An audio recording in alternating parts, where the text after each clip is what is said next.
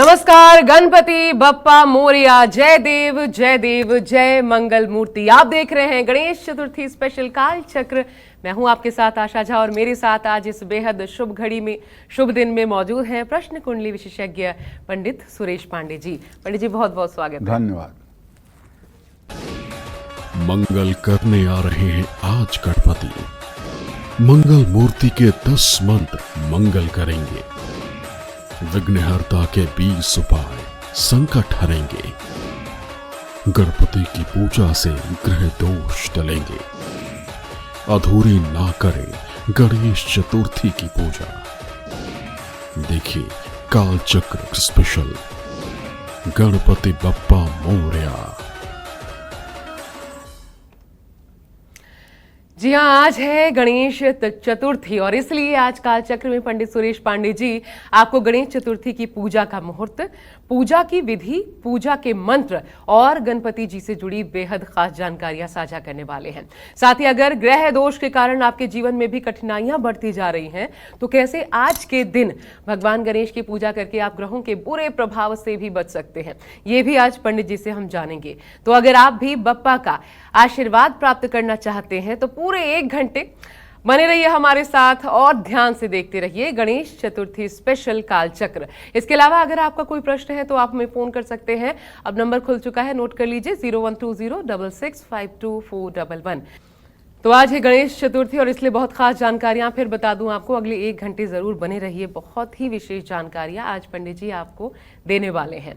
तो गणेश चतुर्थी है, इसके महत्व के बारे में तो हम पंडित जी से जानेंगे ही, लेकिन चतुर्थी तिथि पर ही क्यों भगवान गणेश की पूजा की जाती है, आइए सबसे पहले यही समझने की हम कोशिश करते हैं। पंडित जी, चतुर्थी और गणेश जी क्या संबंध है कि चतुर्थी को ही उनकी पूजा होती है? देखो, ये एक प्राचीन कथा है। कथा नहीं बल्कि सत्यता है। कथा क्या, इसको सत्य ही मानो जी। भाद्रपद मास के शुक्ल पक्ष की चतुर्थी तिथि को भगवान गणेश की पूजा क्यों की जाती है, आज का दिन क्यों महत्वपूर्ण है, इसको एक कथा के माध्यम से समझिए। क्योंकि इस तिथि का महत्व जब तक आप समझेंगे नहीं तब तक उपाय सही कर नहीं पाएंगे। तो मैं कहना ये चाहता हूं कि एक कथा के अनुसार जब महर्षि वेदव्यास माने कृष्ण द्वैपायन, जिन्होंने 18 महापुराण की, वेदों का विभाग और महाभारत की रचना की, गीता जिनकी रचना है, जब महर्षि वेदव्यास महाभारत की रचना का विचार करते हैं तो वो गणेश जी का आवाहन करते हैं और उनसे इस ग्रंथ को पूरा करने के लिए सहायता मांगते हैं। गणेश जी उनकी प्रार्थना को स्वीकार करके एक शर्त रखते हैं कि देखो, जहां तुम बोलना बंद करोगे और मेरा लिखना बंद होगा, वहीं से मैं फिर साथ नहीं दूंगा। तो वेदव्यास हाथ जोड़ के कहते हैं कि मुझे आपकी शर्त स्वीकार है, मैं चुप ही नहीं होऊंगा, मैं लगातार बोलता रहूंगा, आप लिखते रहिएगा। क्योंकि उसको लिखने के लिए गणेश जैसा ही सामर्थ्यवान कोई चाहिए था महाभारत को लिखने के लिए। तो गणेश जी तैयार हो गए। इसमें काफ़ी समय लग गया। इसी कारण से वेदव्यास जी ने भगवान गणेश की थकान को दूर करने के लिए उन पर मिट्टी का लेप लगाकर और उनके देह को शीतल बनाए रखने की कोशिश की। ये सारी घटनाक्रम उत्तर प्रदेश के नैमिषारण्य तीर्थ में हुई है, ये बात अच्छी तरह से जान लीजिए। अगर आज तक आप नैमिषारण्य तीर्थ कभी नहीं गए हैं, देखिए मैं कह रहा हूँ मेरे रोमांच हो रहा है, नैमिषारण्य तीर्थ नहीं गए हैं और चक्र तीर्थ में अगर स्नान नहीं किया है तो जीवन अधूरा है। एक बार वहाँ जा कर के आप वेद व्यास ने जहाँ बैठ कर के महाभारत की रचना की है, पुराणों की रचना की है, उस स्थान का दर्शन करना चाहिए। 5100 वर्ष पुराना वहाँ एक बटवृक्ष है, उसका आपको दर्शन करना चाहिए, जो द्वापर युग से है, द्वापर युग से है। और वहाँ पर आपको जा कर के ललितांबिका का सिद्ध पीठ है, उनका दर्शन करना चाहिए। और चक्र तीर्थ जो अनादिकाल से है उसमें जा कर के स्नान करना चाहिए। चक्र तीर्थ में स्नान करने से 3 जन्मों के पाप धुल जाते हैं। और चक्र तीर्थ की रचना देखकर आपको खुद आश्चर्य होगा कि मानव निर्मित तो ऐसी रचना हो ही नहीं सकती। फिर तो ये जरूर भगवान ब्रह्मा का जो चक्र गिरा था उससे जो ये जल प्रकट हुआ है, ये चक्र तीर्थ वाकई में चमत्कारी है। तो कहने का मतलब भगवान गणेश की शरीर को शीतल बनाए रखने की कोशिश वेद व्यास ने की थी और ग्रंथ के पूर्ण होने में 10 दिनों का समय लगा था। चतुर्थी तिथि से ग्रंथ लिखने की शुरुआत हुई थी और चतुर्दशी तिथि पर इसका कार्य पूर्ण हुआ था। महाभारत ग्रंथ के संपूर्ण होने तक इस अवधि में वेदव्यास जी द्वारा श्री गणेश जी के शरीर को मिट्टी के लेप द्वारा शीतल करने का प्रयास बना रहता था और अंतिम दिन उनके शरीर को जल से साफ करते हैं और शीतलता प्रदान करते हैं। इन 10 दिनों में वेदव्यास जी ने भगवान गणेश की विभिन्न प्रकार से सेवा आराधना की। इसी कारण से चतुर्थी के दिन भगवान श्री गणेश जी को स्थापित करने की परंपरा चली आ रही है और अनंत चतुर्दशी के दिन भगवान गणेश जी को जल में विसर्जित कर दिया जाता है। कथा यही है। जय मां विंध्यवासिनी। तो अब आइए ये जान लेते हैं, क्योंकि आज आप मुहूर्त जानना चाहते होंगे, तो आज किस मुहूर्त में, किस शुभ घड़ी में भगवान गणेश की पूजा करने से महालाभ की प्राप्ति होगी, स्थापित भी अगर करना चाहते हैं वो सबसे शुभ समय कौन सा है। साथ ही कि आज के दिन चंद्रमा के दर्शन करने से बचना चाहिए, ऐसा क्यों कहा जाता है, इसके पीछे क्या कारण है पंडित जी? ये एक भ्रांति है या सच में कोई सत्यता है इसमें? और वो जो शुभ घड़ी है वो बता दीजिए। देखो, व्रतराज में भाद्रपद शुक्ल पक्ष की चतुर्थी तिथि को सिद्धि विनायक व्रत के रूप में बताया है। भाद्रपद मास की शुक्ल पक्ष की चतुर्थी महत्वपूर्ण और शुभ तिथियों में से एक है। इस तिथि को महाभारत ग्रंथ की उत्पत्ति के साथ भी जोड़ा गया है, जिसे श्री वेदव्यास जी भगवान श्री गणेश की सहायता से ही पूर्ण कर पाए थे। इसलिए आज की चतुर्थी का विशेष महत्व है। गणेश जी का जन्म भाद्रपद मास की शुक्ल पक्ष की चतुर्थी तिथि को मध्याह्न में हुआ था। उस समय सोमवार का दिन, स्वाति नक्षत्र, सिंह लग्न, अभिजीत मुहूर्त था। गणेश जी के जन्म के समय सभी शुभग्रह कुंडली में पंचग्रही योग बनाए हुए थे। ऐसे में आज गणेश चतुर्थी पर भगवान गणेश की पूजा का जो मंगल मुहूर्त है उनके जन्म मुहूर्त के अनुसार ही है। आज चंद्रमा के दर्शन का निषेध है। क्यों निषेध है? आज का चंद्रमा का दर्शन करने से कलंक लगता है। भगवान श्री कृष्ण ने ये चंद्रमा देख लिया था तो उन्हें भी श्यामंतक मणि के चोरी का आरोप लगा था। भगवान कृष्ण को श्यामंतक मणि के चोरी का आरोप लगा था। श्यामंतक मणि वो मणि है जिसे सत्राजीत ने सूर्य की उपासना करके सूर्य से प्राप्त किया था और उस श्यामंतक मणि की खासियत यह है कि जो आदमी उसे गले में धारण करता है तो ऐसा लगता है कि जैसे पृथ्वी पर सूर्य उतर आया है। और वो श्यामंतक मणि नित्य उस व्यक्ति को 8 भार सोना देती है। 8 भार सोना का मतलब श्यामंतक मणि का जितना वजन है उसका 8 गुना सोना वो नित्य देती है। तो सत्राजित जब द्वारका की तरफ आ रहा था तो लोगों में हल्ला मच गया कि सत्राजित जो है वो श्यामंतक मणि, वो एक सूर्य आ रहा है। भगवान कृष्ण से जब लोगों ने आकर कहा तो उन्होंने कहा नहीं, ये कोई सूर्य नहीं, ये सत्राजित है और श्यामंतक मणि धारण करके आ रहा है। आने के बाद उसका आव भाव स्वागत हुआ और भगवान कृष्ण ने कहा कि श्यामंतक मणि तुम्हारे लिए बहुत अच्छा है, इसको तुम्हें मतलब कि जो है अपने पास सुरक्षा नहीं कर पाओगे तो इसको मतलब कि तुम महाराजा उग्रसेन को दे दो और इससे जो सोना होगा वो तुम ले लेना, क्योंकि तुम इसकी सुरक्षा नहीं कर पाओगे।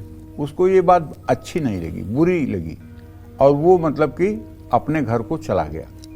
तो सत्राजित का जो छोटा भाई था प्रसेनजीत, उसको एक दिन वो श्यामंतक मणि पहनने की इच्छा हो गई और वो श्यामंतक मणि पहन करके जंगल में शिकार के लिए चला गया। वहाँ एक शेर से उसका भिड़ंत हो गया और शेर ने उसे मार डाला और शेर ने जब मार डाला तो श्यामंतक मणि गायब हो गई और प्रसेनजीत मारा गया। अब सत्राजित को ये संदेह हो गया कि हो न हो कृष्ण ने मार करके मेरे भाई को श्यामंतक मणि चुरा ली। अब इतनी बड़ी जब लोक निंदा हुई तो भगवान कृष्ण प्रसेनजीत को मारने वाले को खोजने के लिए चल दिए। जंगल में जब जाकर के उन्होंने देखा जहां प्रसेनजीत मारा गया था तो वहां सिंह के पैरों के निशान पड़े हुए दिखाई दिए, और जब उसका अनुसरण करते हुए गए तो एक गुफा थी। उस गुफा में भगवान श्री कृष्ण प्रवेश कर गए और जितने लोग बाहर थे सबको अपना इंतजार करने के लिए छोड़ दिया। गुफा में जो जब जाते हैं देखते हैं तो अंधेरी गुफा में वहाँ जामवंत जी हैं, उनकी बेटी है। जामवंत से भगवान कृष्ण का युद्ध हो जाता है, और युद्ध एक दिन नहीं 21 दिन तक चलता रहता है। और जब मल्ल युद्ध में जामवंत परास्त होने लगे तब उन्होंने कहा कि कोई साधारण मानव नहीं है, ये तो लगता है मेरे प्रभु श्री राम आ गए हैं। तब जामवंत उनकी उपासना करने लगे, प्रभु आप प्रभु श्री राम हैं, आप अपना दर्शन दीजिए, क्योंकि किसी के अंदर इतना बल नहीं जो जामवंत को पछाड़ सके। तब उन्होंने अपना स्वरूप का दर्शन दिया और जामवंत ने ये जान करके भाव विभोर होकर उनके चरणों की सेवा की कि तो मेरे प्रभु हैं। और उन्होंने आग्रह किया कि प्रभु यह सामंतक मणि एक सिंह के द्वारा हमें प्राप्त हुई थी, इसे आप स्वीकार करें और मेरी पुत्री जामवंती को अपनी धर्म भार्या बनाएं। तो जामवंती उनकी दूसरी पत्नी हुई। और इधर सत्राजित को ला करके जब मणि वापस किया भगवान कृष्ण ने तो सत्राजित बहुत अपने को अपमानित महसूस किया कि मैंने इतने बड़े भागवतिक व्यक्ति के ऊपर इतना लांछन लगा दिया, इसका प्रायश्चित मैं कैसे करूं। तो उसने अपनी सत्यभामा नाम की लड़की को जो है भगवान श्री कृष्ण को और वो मणि के साथ समर्पित कर दिया प्रायश्चित के रूप में। ठीक है, इस तरीके से। हाँ, भगवान कृष्ण की 8 पटरानियां, जिसमें मतलब कि जो है पहली रुक्मिणी, दूसरी जामवंती, तीसरी सत्यभामा, चौथी मित्रवृंदा, 5वीं कालिंदी, 6वीं लक्ष्मणा, 7वीं भद्रा, इस तरह से कुल 8 पटरानियां जो है भगवान श्री कृष्ण की थी। तो कहने का मतलब ये है कि ये मैं आपको बताने वाला हूं कि आज पानी में सफ़ेद तिल डाल करके स्नान करिएगा और मध्याह्न मुहूर्त में भगवान गणेश का पूजन अर्चन करिएगा। अपने घर में आज उत्सव का माहौल बनाइए। आज आपके घर के हर व्यक्ति को खुश, प्रसन्न और गणेश पूजा के लिए तैयार होना चाहिए। घर के जन जन में उत्साह होना चाहिए। प्रातः स्मरामि गणनाथ मनाथ बंधुम सिंदूर पूर परिपूरित गंड युग्मम उद्दंड विघ्न परिखंडन चंड दंड माखंडलादि सुरनायक वृंद वंद्यम ओम गणाधिपतये नमः।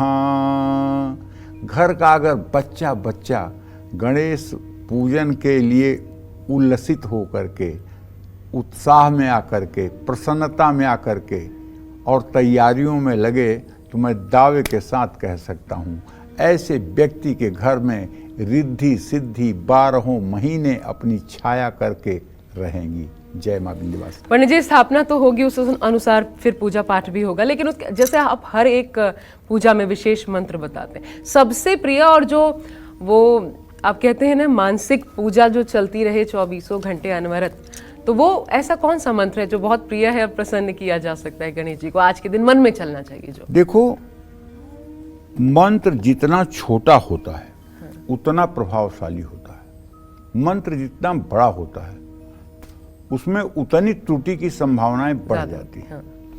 गणेश जी का बीज मंत्र है ओम गंग गणपतये नमः। अगर ये मंत्र हर समय जिह्वा पर चलता रहे और गणेश जी का चिंतन मन मस्तिष्क में बना रहे जी, तो असंभव से असंभव कार्य भी पूरे होते हैं। दूसरी बात आशा जान लो, ज्योतिष शास्त्र में केतु का चाहे जितना बड़ा तांडव हो और बुध ग्रह चाहे जितना अस्त हो, अगर गणेश जी के मंत्रों का सम्यक प्रकार से जप कर लिया जाए और गणेश जी की स्थापना करके उनका सहस्रार्चन कर लिया जाए तो बहुत जल्दी केतु का दुष्प्रभाव समाप्त होता है। केतु का प्रभाव यानी क्या परेशानियां पंडित जी? ब्रेन हेमरेज केतु कराता है। अच्छा। दिमाग में क्लॉट होता है तो केतु कराता है। मूर्छा आने की बीमारी केतु कराता है। समझ रहे हो? जितना मस्तिष्क से संबंधित बीमारियां हैं सब केतु कराता है। ऐसे लोगों को गणेश जी की पूजा करनी चाहिए। हाँ, ऐसे लोगों को गणेश जी की पूजा करनी चाहिए, या जिनको वाणी दोष है, जो लोग हकलाते हैं, जो लोग बोल नहीं पाते हैं, जिनकी आवाज़ फटी हुई है, जिनकी आवाज़ अच्छी नहीं है, ऐसे सभी लोगों को भगवान गणेश की पूजा करनी चाहिए। भगवान गणेश की पूजा से बुध ग्रह और केतु ग्रह। एक छोटी सी चीज और बताइए पंडित जी, रिद्धि सिद्धि के देवता माने जाते हैं, रिद्धि सिद्धि क्या है? अरे इनकी पत्नियां वो तो है, लेकिन रिद्धि सिद्धि की प्राप्ति वो क्या मायने हुए इसके? रिद्धि सिद्धि का मतलब कि समस्त प्रकार की मनोकामना को पूरा करने वाली ये देवियां रिद्धि और सिद्धि हैं। हर मनोकामना को पूर्ण करने वाले देवता, असंभव से असंभव कार्य को भी पूर्ण करने वाली देवी। जिस तरह से आठों निधि नवो निधि, आठों सिद्धि नवो निधि, ये मतलब जानकी माता ने वरदान दिया था हनुमान जी को, अष्ट सिद्धि नवनिधि के दाता असबर दीन जानकी माता। तो उसी तरह से रिद्धि सिद्धि ये भगवान गणेश की दोनों पत्नियां हैं, और शुभ लाभ इनके दो बेटे हैं। गणेश जी के बेटे शुभ लाभ, शुभ लाभ हैं। तो ये रिद्धि और सिद्धि जो हैं, ये सब प्रकार के भक्तों की मनोवांछा को पूर्ण करने वाली देवियां हैं। जिनके घर में इनका प्रवेश नहीं होता है, वहां तो हर समय विपन्नता, दरिद्रता, अभाव, रोग सब कुछ रहता है। और जहां गणेश जी की पूजा होती है, वहां रिद्धि सिद्धि अपने आप नाचने लगती हैं, प्रवेश कर जाते। इसलिए कलयुग में ही नहीं, हर समय से भगवान गणेश की सारी पूजा में सबसे पहले आवाहन होता है। कलौ चंडी विनायकौ, गणेश जी की सबसे पहले आवाहन की स्थिति होती है जी। हाँ, बिल्कुल, प्रथम पूजनीय माना जाता है। अब एक और चीज पंडित जी, आप हमेशा बताते हैं, जैसे शिव जी को लेकर बताते हैं, पार्थिव शिवलिंग का महत्व क्या है, पारे के शिवलिंग का क्या महत्व है, अलग अलग प्रकार के। उसी तरह अगर गणेश जी की मिट्टी की प्रतिमा, उसकी स्थापना की जाए तो उनका पूजन करने से क्या लाभ होता है? देखो, एक बात तो अच्छी तरह से जान लो, पार्थिव मूर्ति की सबसे बड़ी उपासना का महत्व तो हर चीज में है। शिवलिंग की चाहे जिसकी आप पूजा कर लीजिए, लेकिन जो मिट्टी का बना हुआ शिवलिंग होता है, उसका मुकाबला कोई नहीं। पार्थिव शिवलिंग, सबसे मिट्टी की मूर्ति बनाकर उसकी पूजा करने को पार्थिव पूजन कहते हैं। पार्थिव माने मिट्टी का बना हुआ। शिव पुराण के अनुसार पार्थिव प्रतिमा का पूजन हर मनोकामना को पूर्ण करता है, हर दुख का शमन करता है। पार्थिव पूजन से अकाल मृत्यु का भय दूर होता है। पार्थिव पूजन से मानसिक, शारीरिक और आध्यात्मिक लाभ मिलता है। पार्थिव पूजन से जीवन में आने वाली समस्याओं का समाधान होता है। पार्थिव पूजन से मनोकामनाएं पूरी होती हैं। पार्थिव पूजन से करोड़ों यज्ञों के बराबर फल मिलता है। पार्थिव पूजन से व्यक्ति को स्वर्ग में स्थान मिलता है। पार्थिव पूजन से जीवन सफल होता है, सुखी और समृद्ध बनता है। पार्थिव पूजन से जीवन में आने वाली हर परिस्थिति का सामना करने में मदद मिलती है। पार्थिव गणेश की पूजा से ग्रहों की शांति भी होती है, इसमें जरा सा भी संदेह नहीं करना चाहिए। जय मां विंध्यवासिनी। अब क्योंकि पंडित जी आप ये कह रहे हैं कि ग्रहों की शांति होती है, तो मैं इसी पर अब इस डिस्कशन को आगे बढ़ाना चाहूंगी कि क्या पूजा से नवग्रह है, जो नवग्रह हैं, क्या उनको शांत किया जा सकता है? क्या उनकी कृपा प्राप्त की जा सकती है? देखो, अगर गणेशो साक्षात कृष्ण हो, ये मेरा वाक्य नहीं है, ये हमारे साक्षात कृष्ण हैं। कृष्ण हैं। और कृष्ण कौन है? परम ब्रह्म परमेश्वर, अखिल कोटि ब्रह्मांड के नायक, अखिल कोटि ब्रह्मांड के नायक शिव। अच्छा, मैं एक चीज पंडित जी आपसे पूछना चाहती हूँ, किसी भी इंसान के लिए उनके आराध्य कौन होने चाहिए, ये भी डिपेंड करता है? ये ज्योतिष शास्त्र के आधार पर भी डिपेंड करता है। मतलब ये होना चाहिए, हाँ, इस हाँ, आधार पर? बिल्कुल बिल्कुल। जैसे ना, अगर आपकी जन्म कुंडली है तो आपके पंचम भाव को देख करके और पंचम भाव को प्रभावित करने वाले ग्रहों को देखकर आपके इष्ट को जबरदस्ती बताया जा सकता है कि आपकी दुर्गा की पूजा में रुचि होगी, आपकी शिव की पूजा में रुचि होगी, आपके हनुमान की पूजा में रुचि होगी, आपके सूर्य की पूजा में रुचि होगी, आपकी गणेश की पूजा में रुचि होगी। ये बात सहजता से जन्म कुंडली से बताया जाता है। उसका असर ज्यादा होता है। उसका असर ज्यादा, असर तो सबका ज्यादा होता है, लेकिन उसी तरह से आदमी का झुकाव होता है, जो कुंडली में बैठे हुए 5वें स्थान को प्रभावित करते हैं, उसी तरह से मतलब कि लोगों का झुकाव होता है और वही उनके इष्ट भी होते हैं। ये तो प्रैक्टिकल मैं 50 साल से देख रहा हूँ। अच्छा, झुकाव ऑटोमेटिकली होगा हाँ, इंसान के जीवन मतलब में। आप समझो ना, जिसको राम जी प्रिय हैं उसको आप समझाते रह जाइए, दूसरे रास्ते पर नहीं जाएगा। जिसको कृष्ण जी प्रिय हैं उसको दूसरे देवता के बारे में खूब समझाइए, एक कान से सुनेगा एक कान से निकाल इसका देगा। मायने ये हुआ कि उनके आराध्य वही हैं। प्रारब्ध से, जन्म जन्मांतर से वो लगा हुआ है उन्हीं की सेवा में, वही उनको अच्छे लगेंगे। देव तो सब हैं, हाँ, सभी देवताओं को हाथ जोड़ेंगे, हाँ, बिल्कुल। प्रणाम करेंगे, लेकिन उनकी अनन्या भक्ति जो है वो अपने इष्ट में ही होगी। हाँ, क्योंकि कोई लड्डू गोपाल को कितने हाँ, अच्छे से हाँ, पूजता है, हाँ, कोई शिव जी की पूजा हाँ, करता है, हाँ। कोई गणेश जी की पूजा करता है, कोई माता सरस्वती, कोई माता लक्ष्मी को विशेष कर पूजता है। जी। इसलिए ये जानना जरूरी हो जाता है। तो अब नवग्रहों को कैसे पंडित जी ये प्रभावित करते हैं, किस पूजा से प्रभावित करते हैं, उसका तरीका क्या है? देखो, सही बात, जब मैंने आपको एक ही बात कह दिया कि गणेशो साक्षात कृष्ण है, और कृष्ण कौन है? अखिल कोटि ब्रह्मांड के एकमेव नायक हैं। जब सृष्टि थी तब भी कृष्ण हैं, जब सृष्टि नहीं थी तब भी केवल कृष्ण रहते हैं। कुछ लोग ये सोचते हैं कि ये देवकी से पैदा हुए कृष्ण तब कृष्ण हुए। ये मिथक गलत है। देवकी के गर्भ से पैदा होने के पहले भी श्री कृष्ण हैं। जिस श्री कृष्ण के दाहिने भाग से विष्णु प्रकट हुए और बाएं भाग से लक्ष्मी प्रकट हुई, वो श्री कृष्ण हैं, जिनका भगवान शिव ध्यान करते हैं। और उन्हीं कृष्ण का अवतार रामावतार के रूप में हुआ, कृष्णावतार के रूप में हुआ। उन्हीं कृष्ण का अवतार भगवान कपिल देव के रूप में हुआ, उन्हीं का अवतार वाराह रूप में हुआ, उन्हीं का अवतार कच्छप रूप में हुआ, उन्हीं का अवतार वामन रूप में हुआ। वही भगवान है जिनका विभिन्न रूपों में अवतार हुआ है। और गाय, पृथ्वी और ब्राह्मण की रक्षा के लिए, बार बार धर्म का कल्याण करने के लिए वो नाना प्रकार के शरीरों को धारण करते हैं। तो एक बात जान लो, जो भगवान की शरणागति में हो गया तो नवग्रह रंक उनका क्या बिगाड़ेंगे। तो जो गणेश की शरणागति में हो गया तो उसके ये नवग्रह रंक, ये तो रंक है गणेश जी के सामने, ये क्या बिगाड़ेंगे। ये तो उस व्यक्ति को प्रभावित करेंगे जो भगवान की शरणागति से दूर है। सुखी मीन जे नीर अगाधा, जिमि हरि शरण एक उबाधा। जैसे अथाह जल में पड़ी हुई मछली जो है एकदम निर्द्वंद है और सुखी है, उसी तरह से जब प्रभु के शरण में व्यक्ति शरणागत हो गया तब उसका ग्रह क्या बिगाड़ेंगे। ग्रह कुछ नहीं कर सकते। ग्रह तो तब तक करते हैं जब तक आपके अंदर अहंकार जिंदा रहता है। भगवान गणेश की पूजा से आपके नवग्रह कैसे शांत होते हैं, नवग्रह की कृपा आपको कैसे मिलेगी, ये नवग्रहों से मिल रहे कष्टों में कमी कैसे आएगी, ये भी आप जानिए। भगवान गणेश सूर्य के समान तेजस्वी हैं। भगवान गणेश की पूजा करने से सूर्य के प्रतिकूल प्रभाव समाप्त, व्यक्ति को तेज, सम्मान और यश की प्राप्ति होती है। व्यक्ति को पिता का सुख मिलता है और आध्यात्मिक ज्ञान बढ़ता है। भगवान गणेश चंद्रमा के समान शीतलता के प्रतीक हैं। ऐसे में भगवान गणेश की पूजा करने से चंद्रमा के प्रतिकूल प्रभाव कम होते हैं, व्यक्ति को मानसिक शांति प्राप्त होती है। चंद्रमा माता का कारक ग्रह है। ऐसे में भगवान गणेश की उपासना से माँ के सुख में वृद्धि होती है।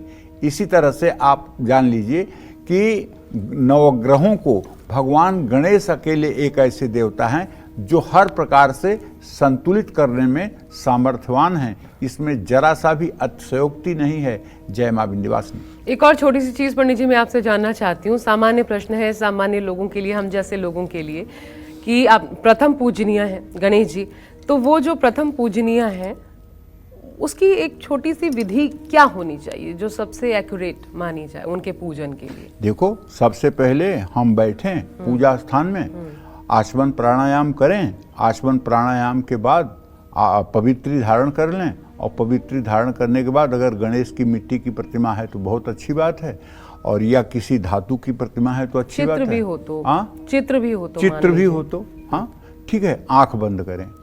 अगर आप बड़े साधक हैं तो उस हिसाब से बताऊं। अगर आप आज छोटे साधकों के लिए बताइए, सामान्य लोगों के छोटे लिए। साधकों के लिए, छोटे साधकों के चाहिए कि आंख बंद करें अपना 1 मिनट के लिए और अपने सामने एक बड़ा सा पीले रंग का कमल का फूल 4 पंखुड़ियों वाला कल्पना करें और उस पर भगवान गणेश को गौर वर्ण भगवान गणेश पीताम्बर धारण किए हुए और प्रसन्न मुद्रा में मुकुट धारण किए हुए, वज्र गदा अंकुश धारण किए हुए उस पर विराजमान और हंस रहे हैं। उनका दाहिना हाथ आपके लिए अभय मुद्रा में उठा हुआ है।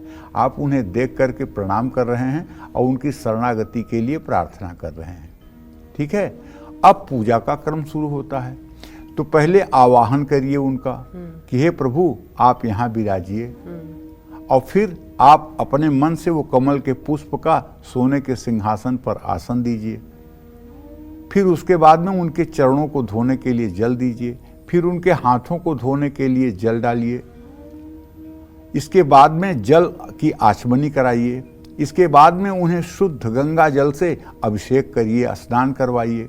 फिर उनका शरीर कपड़े से पोंछ करके उनको एक अच्छी सी जनेऊ धारण कराइए, पवित्र वस्त्र धारण करवाइए और वस्त्र में केवल पीताम्बर धारण करवाइए।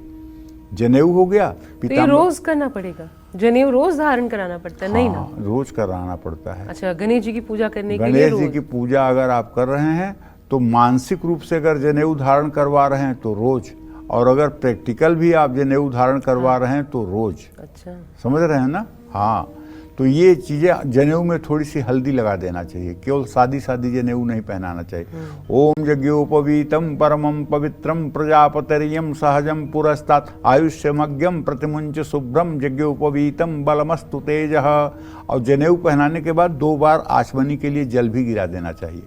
ठीक है, इस तरह से भगवान गणेश की उपासना करके खूब लड्डू और दुर्वांकुर रख करके उनको भोग प्रसाद चढ़ाना चाहिए, धूप जलाना चाहिए, दिया जलाना चाहिए, और उसके बाद में पान का बीड़ा रखना चाहिए, और फिर मतलब जल रखना चाहिए, फिर कपूर से आरती करना चाहिए, और जो भी आपके भाव में आरती आए उस आरती का गायन करना चाहिए।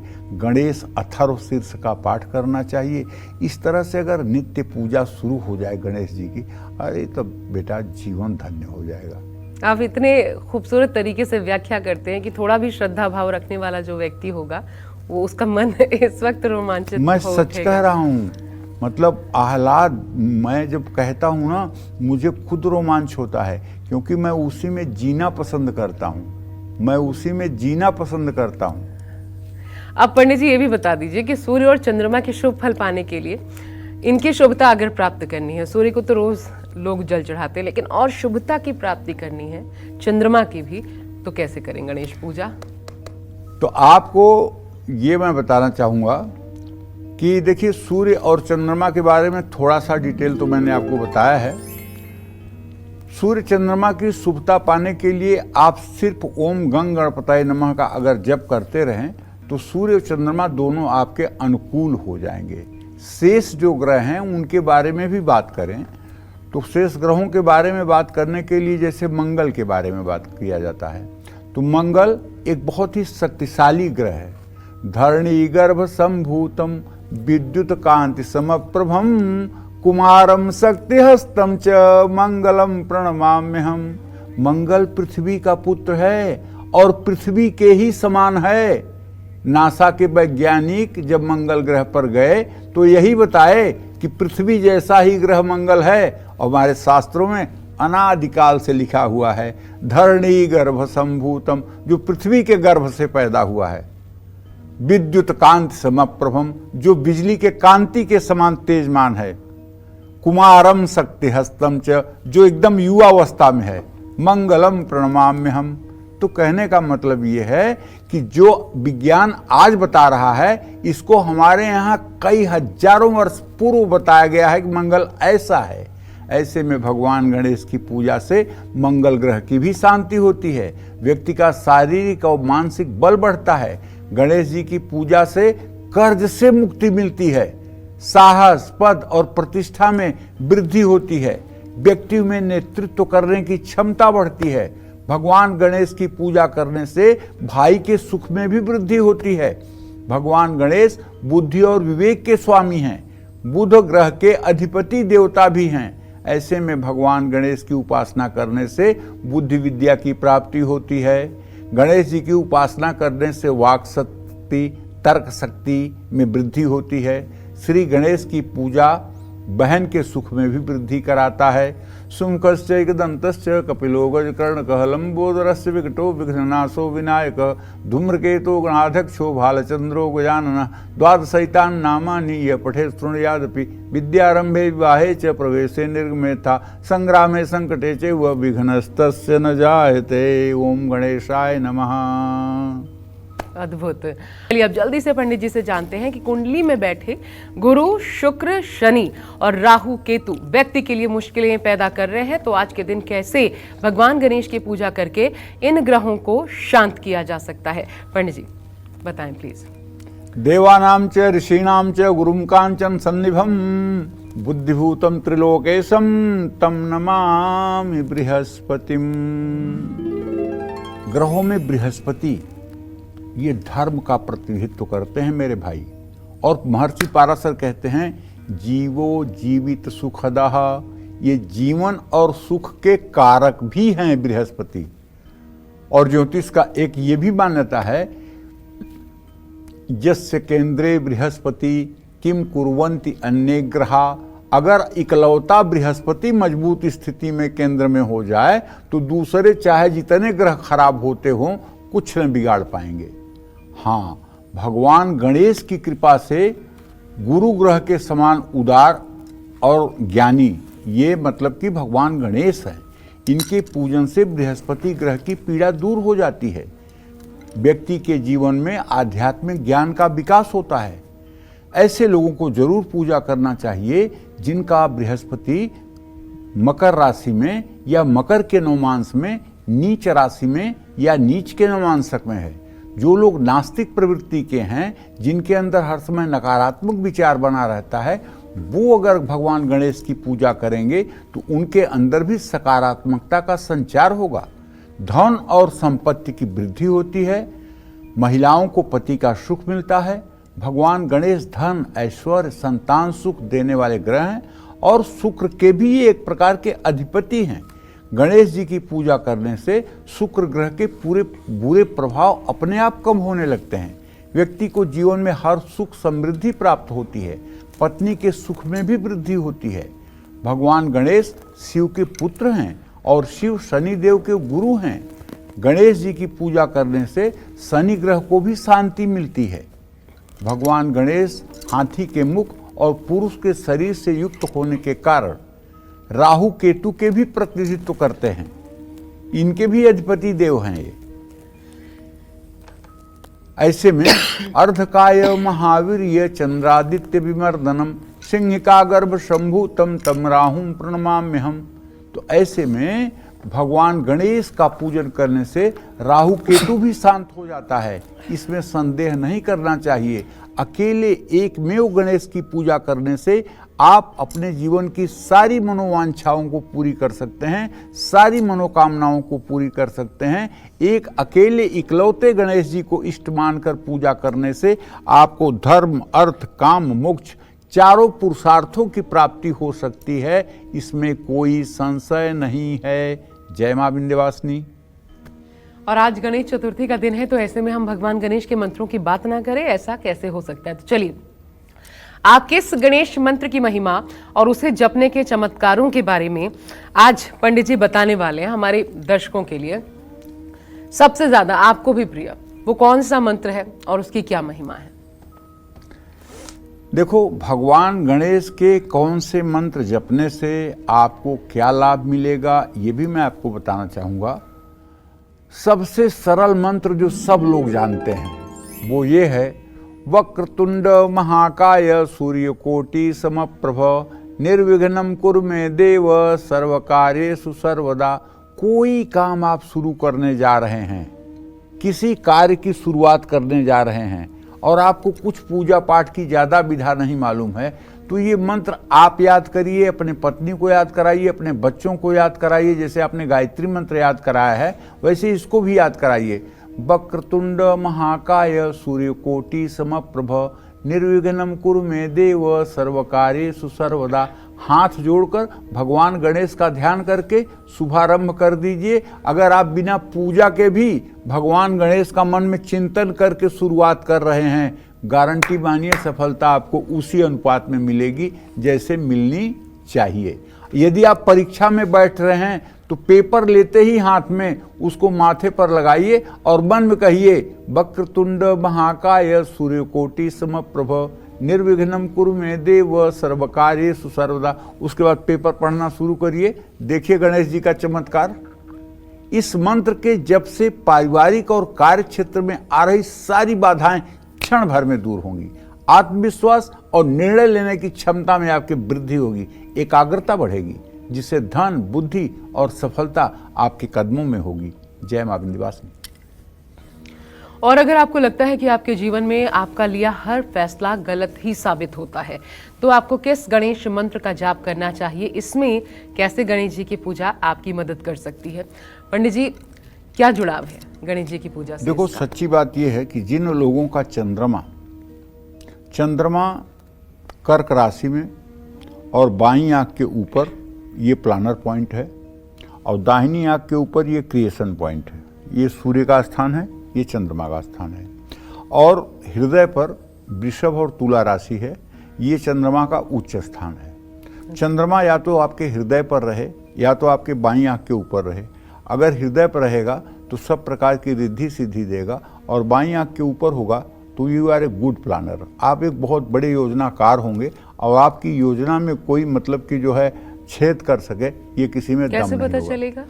ये पता चलता है कि आपकी योजना, जैसे आपके सामने कोई कार्य आया करना है तो आप उसके एक क्षण में ऐसी योजना बना देंगे जो कहीं असफल नहीं होगा। जिसने योजना बनाना सही जान लिया उसका जीवन सफल है, और जो ऐसी योजना बनाया है जो भविष्य में आने वाली मतलब रुकावटों की कल्पना नहीं करता है और भविष्य में जाकर उन्हीं रुकावटों में फंस करके और चिथड़े हो जाता है। तो चंद्रमा का ठीक रहना बहुत जरूरी होता है, ठीक है ना। अगर चंद्रमा ठीक नहीं है तो मैं बार बार अपने दर्शकों से कहता हूं कि ओम सोम सोमाय नमः का जप बाईं आंख पे चलते हुए चंद्रमा का ध्यान करके अगर रोज किया जाए 24 मिनट, और ये उपाय 6 महीने तक कर लिया जाए, तो ऐसे व्यक्ति के अंदर योजना बनाने की अद्भुत क्षमता आ जाती है, क्योंकि चंद्रमा आकर के बाईं आंख पर स्थित हो जाता है। तो कहने का मतलब ओम, अब हम आपको गणेश गायत्री बताते हैं। ओम एकदंताय विद्महे वक्रतुंडाय धीमहि तन्नो दंती प्रचोदयात्। ये गणेश गायत्री मंत्र है। ये नकारात्मक ऊर्जा से बचाता है, निर्णय लेने की क्षमता में वृद्धि करता है, आध्यात्मिक जागरूकता और समझ को बढ़ाता है। ये गणेश गायत्री मंत्र है। इसका प्रातःकाल सूर्य को अर्घ्य देने के बाद, प्राणायाम करने के बाद अगर एक माला रोज जप कर लिया जाए तो ये एक ऐसा सात्विक मंत्र है कि जिसके करने के बाद आपके मन में सात्विकता का संचार होगा। लेकिन ध्यान दीजिएगा, ये मंत्र करने वाले को पूर्ण रूपेण सात्विक खान पान में ही रहना चाहिए। किसी भी प्रकार से यदि आपने तामसिक भोजन का सेवन किया या तामसिक मतलब की चीजें आपने प्रयोग में की, तो आप समझ लीजिए कि इसका पुण्य नहीं तब पाप ही लगेगा आपको। इसलिए सात्विकता, गणेश जी साक्षात सात्विकता के प्रतिमूर्ति हैं। अगर आप गणेश जी के चरण शरण में हैं तो सात्विकता होनी चाहिए। जय मां विंध्यवासिनी। अब एक और चीज पंडित जी विद्यार्थियों के लिए मैं जरूर जानना चाहती हूँ, क्योंकि विद्यार्थियों की पढ़ाई, उससे माँ बाप भी परेशान, बच्चे तो खुद परेशान। बहुत सारी ऐसी कोटा में लगातार उसी पढ़ाई के दबाव में आकर के बच्चे आत्महत्या तक कर लेते हैं। इतनी सारी समस्याएं इससे जुड़ी हुई हैं। तो पढ़ाई में सफलता और साथ ही साथ धन लाभ, जो दूसरा बड़ा विषय, इन दोनों ही चीजों के लिए गणेश मंत्र, कौन सा गणेश मंत्र जो ज्यादा प्रभावशाली साबित हो? देखो आशा, एक बात तो जान लो, तुम्हारा इशारा मैं समझ गया कि कोटा में जाकर के कुछ बच्चे हर साल सुसाइड कर ले रहे हैं ना। इसका कारण जानती हो? बच्चे नहीं हैं, इसका कारण अभिभावक है। सुसाइड करने में उनके योगदान अभिभावक का है। गीता में एक श्लोक है 2 अध्याय में, ध्यायतो विषयः पुंसः संघस्तेषु उपजायते संघात संजायते कामः कामः क्रोधो विजायते क्रोधाद् भवत् सम्मोहम् सम्मोहात् स्मृति विभ्रम स्मृति भ्रंशात् बुद्धिनाशो बुद्धिनाशात् प्रणश्यति। इसका अर्थ ये हुआ कि जब किसी चीज़ का हम गहन चिंतन करके उसको अपना टारगेट बना लेते हैं, लक्ष्य बना लेते हैं, और उस लक्ष्य की प्राप्ति हमें नहीं होती है किसी कारणवश, तो हमारे शरीर के अंदर क्रोध आता है। क्रोधात् भवत् सम्मोहम, और क्रोध होने के बाद सम्मोह हो जाता है। सम्मोहात् स्मृति विभ्रम, सम्मोह के बाद स्मृति जो है वो भ्रष्ट हो जाती है। स्मृति भ्रंशात् बुद्धिनाशो, स्मृति के भ्रंश होते ही, नष्ट होते ही बुद्धि का नाश हो जाता है। और बुद्धिनाशो प्रणश्यति, बुद्धि का नाश होते ही आदमी ये सोचता है करे घर का इतना पैसा बर्बाद कर दिया और जीवन में कुछ कर नहीं पाए, अब कुछ कर नहीं पाएंगे, इससे तो अच्छा है जीवन समाप्त कर लेना। फिर पंखे की तरफ देखने लगते हैं और मतलब कि सुसाइड करने की बात सोचते हैं। अगर माँ बाप उनके शरीर में ये अंकुर डालें कि देखो तू पढ़ने जा रहा है, ठीक, अगर भगवान अच्छा समझेगा तो तुझे पास कर देगा, लेकिन अगर इससे अच्छा काम भगवान तुम्हारे लिए कोई सोचा होगा तो उसमें तुम सफल होगे। इसमें ना सफल होना तो खुश हो जाना, और असफल होना तब भी खुश हो जाना। अगर इसका आध्यात्मिक अंकुर बच्चों के मन में डाला जाए तो कभी बच्चे सुसाइड जैसी अरे इतना पैसा ये पेट काट काट के मैं दे रहा हूँ आपको पढ़ने के लिए और आप ये कर रहे हो, तब बच्चा तो आत्महत्या करेगा ही। बिल्कुल सही। ठीक है, तो कहने का मतलब ओम गंग गणपतये नमः, ये धन को भी आकर्षित करता है, वित्तीय स्थिरता सुनिश्चित करता है, नकारात्मकता के विरुद्ध सुरक्षा प्रदान करता है।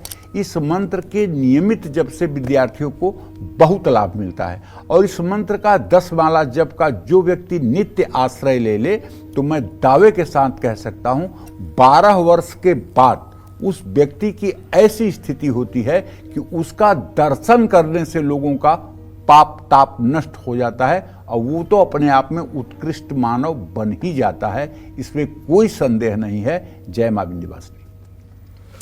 और अगर हमारे रिश्तों में उठापटक चल रही हो तो फिर मन अशांत रहेगा, शांत रह ही नहीं सकता।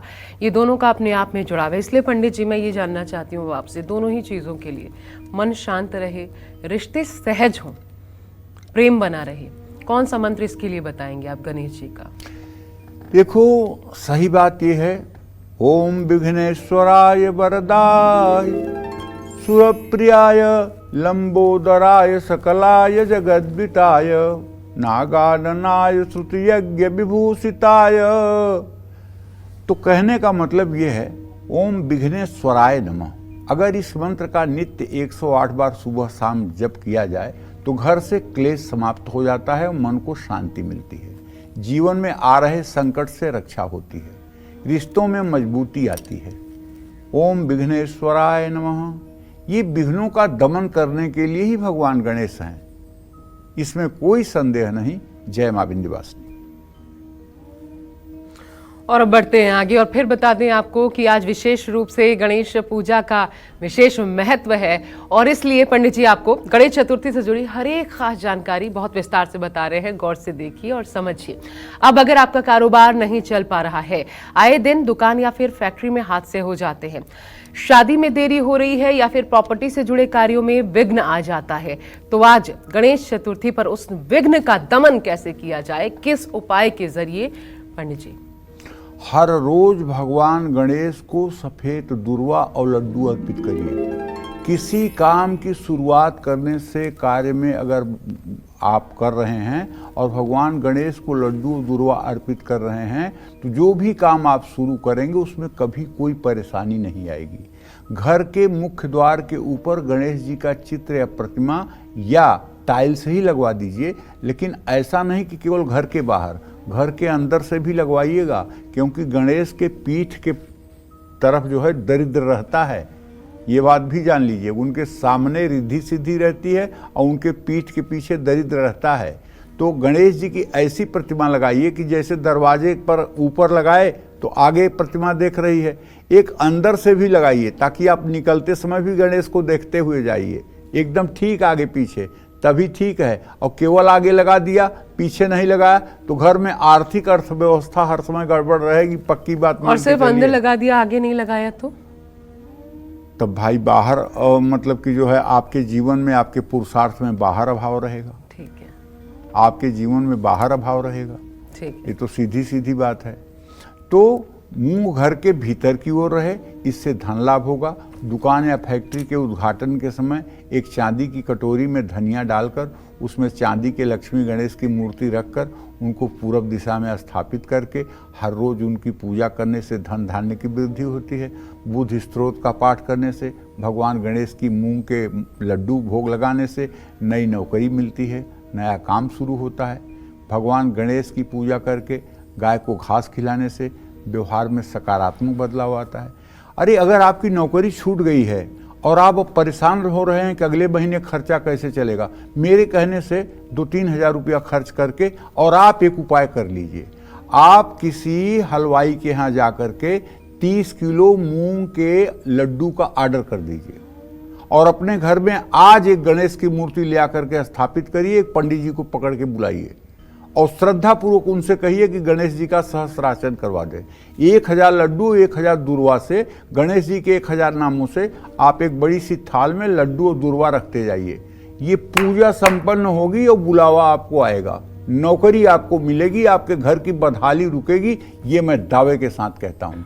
आज वो दिन है जब आप अपनी किस्मत को बदल सकते हैं, क्योंकि आज भगवान गणेश पृथ्वी पर सबको मनोवांछित वरदान देने के लिए उपलब्ध हैं। गणेश चतुर्थी के दिन श्री गणेश स्तोत्र का पाठ शुरू करने से संतान से रिश्ते सुधरते हैं। विवाह में देरी हो रही है, हर रोज गणेश अथर्वशीर्ष का 11 पाठ करने से, भगवान गणेश को दूर्वा चढ़ाने से विवाह में शीघ्रता होती है।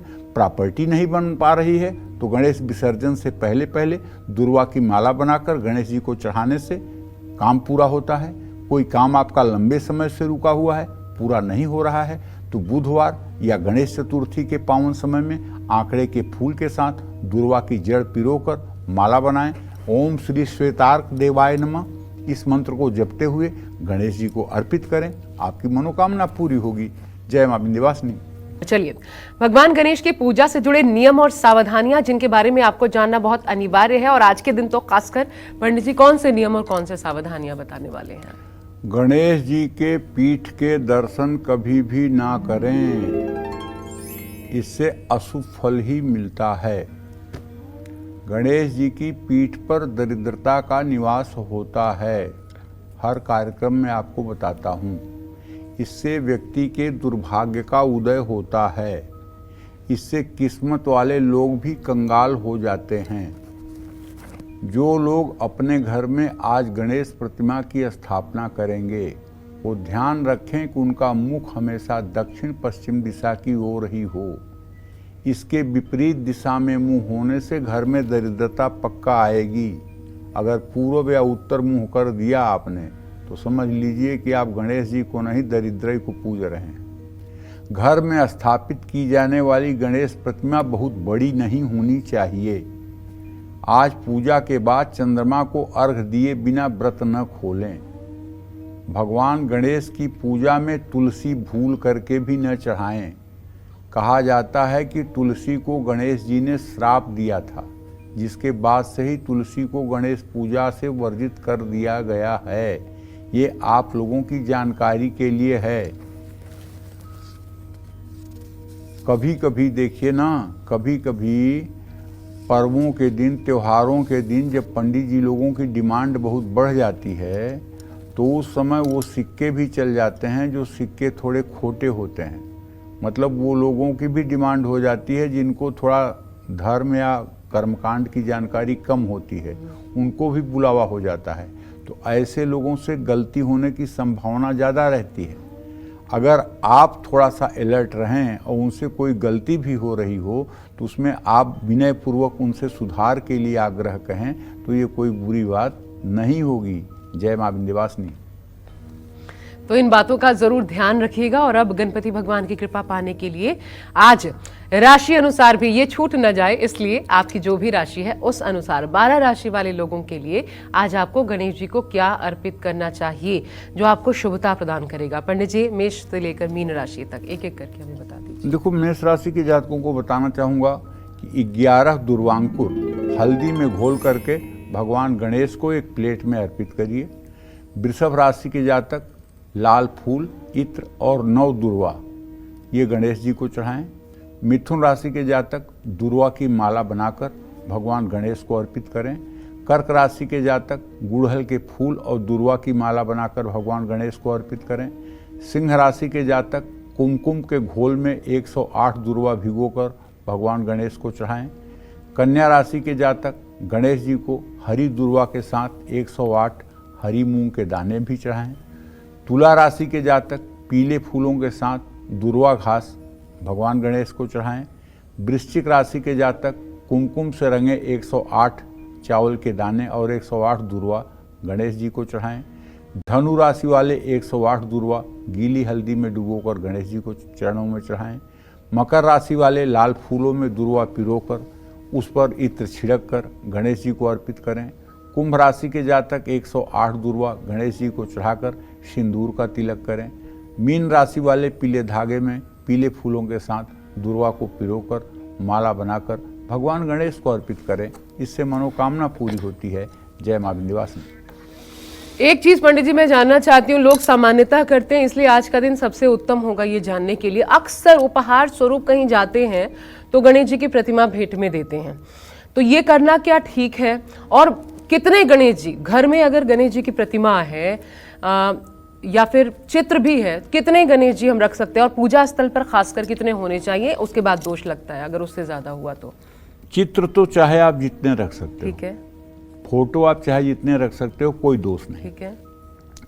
पूजा स्थान में जहाँ रखने की बात है, आप 2 गणेश से ज्यादा 3 गणेश नहीं रख सकते हो। नहीं रखना चाहिए, बिल्कुल। अगर 3 गणेश हो गए तो एक लोगों को आप अपने तिजोरी में रखिए, ठीक है। 2 गणेश से ज्यादा आप पूजा स्थान में नहीं रख सकते। दूसरी जगह रख दिया तो उनकी भी पूजा लेकिन होनी चाहिए, आरती दिखाया जाना चाहिए। क्यों दूसरी जगह आप रख दोगे? हाँ। आप तिजोरी में रखो, उनको रोज धूप दीप दिखा दिया। नहीं, बड़ी प्रतिमाएं होती है ना पंडित। बड़ी प्रतिमा जो होती है वो 100 पीस होती है। हाँ, बेटा 100 पीस। घर में 8 अंगुल से ऊपर प्रतिमा जो है गणेश जी की, वो नहीं रखना चाहिए। 8 अंगुल से बड़ी प्रतिमा की प्राण प्रतिष्ठा करनी पड़ती है। 100 पीस भी हो तो 100 पीस अगर है तो उसकी प्राण प्रतिष्ठा करने की जरूरत नहीं है। उसको पूजा स्थान से अलग पवित्र स्थान पर रख देना चाहिए और एक चंदन की ऐसी माला पहना देनी चाहिए जो न बदली जाए, तब भी महीने 2 महीने खराब ना हो। तो कितनी भी ऐसी प्रतिमाएं, उसका कोई असर नहीं होता। कितनी भी नहीं, ड्राइंग रूम में 1-2 प्रतिमाएं लगाई जा सकती हैं। ठीक है। और लेकिन पूजा स्थल पर मात्र 2। अब पंडित जी एक और चीज बता दीजिए, लोग इंटरव्यू के लिए जा रहे हैं तो उसके पहले बहुत सारा डर, बहुत कुछ होता है मन में, भयभीत होते हैं, आशंकाएं चल रही होती हैं। कौन सा मंत्र आप बताएंगे कि वो काम हमारा बन जाए और पूरे आत्मविश्वास के साथ? देखो, ये शाक्त प्रमोद का मंत्र है जो मैं बताने जा रहा हूँ। ओम श्रीम ह्रीम क्लीम ग्लौम गंगणपतये वरदम सर्वजन में वसमान स्वाहा। ये है शाक्त प्रमोद का मंत्र, गणेश को सिद्ध करने का मंत्र। अगर इस मंत्र का कोई व्यक्ति 5 लाख बार जप कर ले तो मैं दावे के साथ कहता हूँ वो पूरे जगत को, पूरे त्रिलोकी को मोहित कर सकता है। लेकिन अगर आप इंटरव्यू में जा रहे हैं और इस मंत्र का 108 बार जप करके जाएं तो आपका कॉन्फिडेंस लेवल जो है वो आपके लिए सहायक होगा और समाज में आपको प्रतिष्ठा मिलेगी। इस मंत्र के जप से सफलता, सौभाग्य और शांति प्राप्त होती है। इस मंत्र के नियमित जप से शरीर के चारों ओर का ओरा, आभा मंडल सकारात्मक बन जाता है और इस मंत्र से आपके आकर्षण में वृद्धि होती है। ये मंत्र मिलेगा कहाँ से आपको? शाक्त प्रमोद में मिलेगा। शाक्त प्रमोद एक तंत्र की किताब है और उसमें गणेश उपासना, गणेश की सिद्धि का जो चैप्टर है उसमें ये मंत्र आपको मिलेगा। उसमें इसका विनियोग, न्यास सब कुछ आपको मिल जाएगा। जय मां विंध्य। और भगवान गणेश की पूजा करते वक्त हमें किन बातों का विशेष ध्यान रखना चाहिए? जब आप पूजन कर रहे हैं तो इसका भी ख्याल रखिएगा। पंडित जी, क्या चीजें निषेध हैं, किन बातों का ध्यान? भगवान गणेश की पूजा में सफेद फूलों का प्रयोग नहीं करना चाहिए। भगवान गणेश जी का वर्ण पीत वर्ण और लाल वर्ण है। उनकी पूजा में लाल कपड़े, लाल फूल या पीले रंग के कपड़े, पीले फूल का प्रयोग किया जाना चाहिए। गणेश जी को लाल गुड़हल के फूल भी चढ़ा सकते हैं और पीले कनेर के फूलों से भी उनका आप श्रृंगार कर सकते हैं। दुर्वा जरूर चढ़ानी चाहिए, लेकिन दुर्वा ऐसी चढ़ानी चाहिए जो कोमल हो। बाल त्रिमण कहते हैं इसको। दुर्वा की पत्तियां 3, 5 या 7 के क्रम में होनी चाहिए। दुर्वा को कलावे में बांध करके ही अर्पित किया जाना चाहिए। गणेश जी के मुख को छोड़कर उनके पूरे शरीर को दुर्वा से ढक देना चाहिए। गणेश जी का पूजन लाल फूल से भी करना चाहिए, पीले फूल से भी करना चाहिए। गणेश जी उत्साह और ऊर्जा के प्रतीक माने जाते हैं। वहीं उन्होंने चंद्रमा को उनका उपहास करने पर श्राप दिया था, जिसके बाद ही सफ़ेद चीज़ें उनकी पूजा में वर्जित मानी गई हैं। जिस मूर्ति में भगवान गणेश की कमर में ना हो ऐसी मूर्ति ना लें। ऐसी मूर्ति में मूषक ना हो, उस मूर्ति की पूजा करना भी व्यर्थ है। जिस मूर्ति में गणेश जी की ललाट पर चंद्रमा बना हुआ हो उसकी पूजा ही करें, उसकी ही पूजा करें। गणेश जी की ऐसी मूर्ति की स्थापना करनी चाहिए जिसमें उनके हाथों में पास अंकुश दोनों हों। और एक बात ध्यान रखिएगा, गणेश जी की पूजा में कभी दुर्वा नहीं अर्पित की जाती, तुलसी नहीं अर्पित की जाती है। गणेश जी की पूजा में कभी तुलसी पत्र नहीं चढ़ाया जाता है। इस बात को अच्छी तरह से ध्यान दीजिएगा। जय मां विंध्यवासिनी। तो आप सभी पर गणेश जी की कृपा अपार बरसे, यही कामना करते हैं हमारे तमाम दर्शकों के लिए। और पंडित जी बहुत बहुत धन्यवाद इतनी खूबसूरत जानकारियों के लिए। उम्मीद करते हैं कि आज का विषय आपको पसंद आया होगा। कल फिर एक नए विषय और आपकी परेशानियों को दूर करने के लिए ढेरों उपाय लेकर हम उपस्थित होंगे पंडित सुरेश पांडे जी के साथ। तब तक कालचक्र की पूरी टीम को आज्ञा दीजिए। नमस्कार।